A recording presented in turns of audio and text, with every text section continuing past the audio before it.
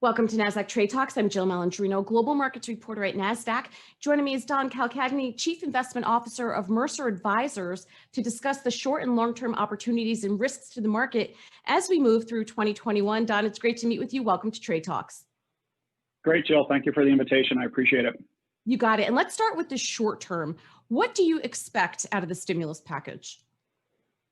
Well, I mean, more than anything, we have to first help the American consumer deal with the economic pain associated with the continuing shutdowns.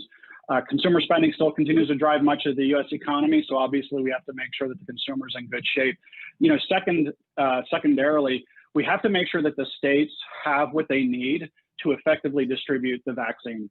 At the end of the day, right now, the Biden administration has to remain focused on combating COVID, and that means successfully distributing the vaccine across the country. So we have to have the funds necessary for states to do that.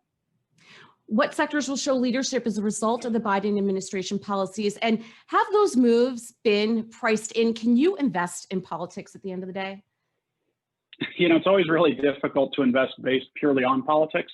But what I would say is this, you can look at the directional trends in the markets reflecting the policy direction of the administration. So for example, when we look at technology and we look at energy, over the past, I'll say 20 to 25 trading sessions, we've seen this tug of war between technology and energy, for example.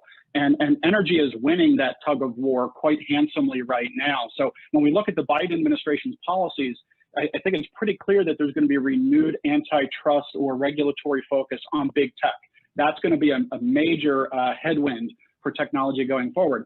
The Biden administration's energy policies are actually going to push up ultimately the price of energy because they're going to constrain supply. So while you can't really invest directly on politics, you can look at policy directions, and from there you can actually build an investment theme around those. Yeah, that's an excellent point that you make. How do you expect economically sensitive sectors to perform?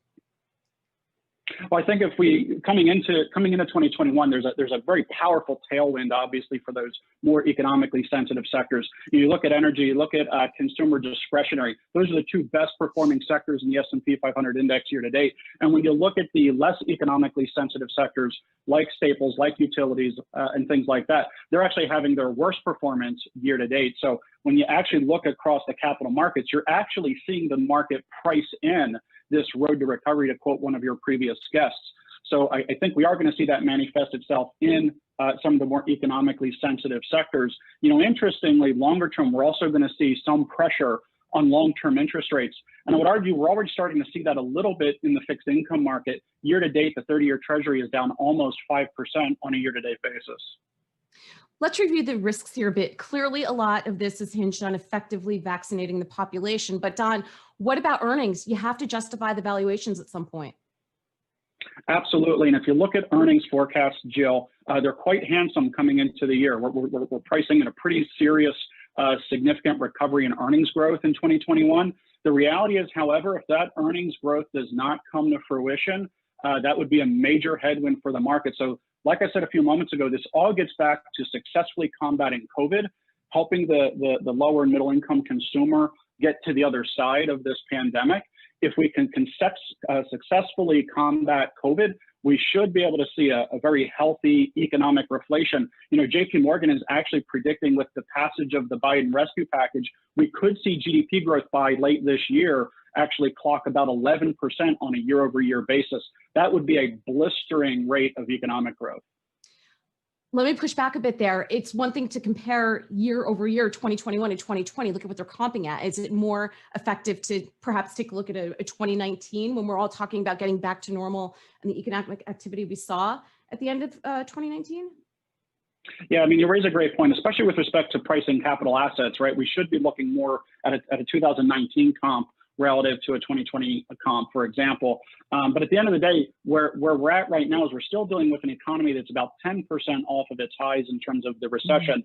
And we really do have to get that GDP productivity back in order to begin marching forward from there. And we do have to recover. We have to fill that gap in order to justify today's equity valuations. Otherwise, that would be a major headwind for equity growth in equity prices from here forward. All great points, Don. Thanks for joining us on Trade Talks, and thanks for joining me. I'm Jill Malandrino, Global Markets Reporter at Nasdaq.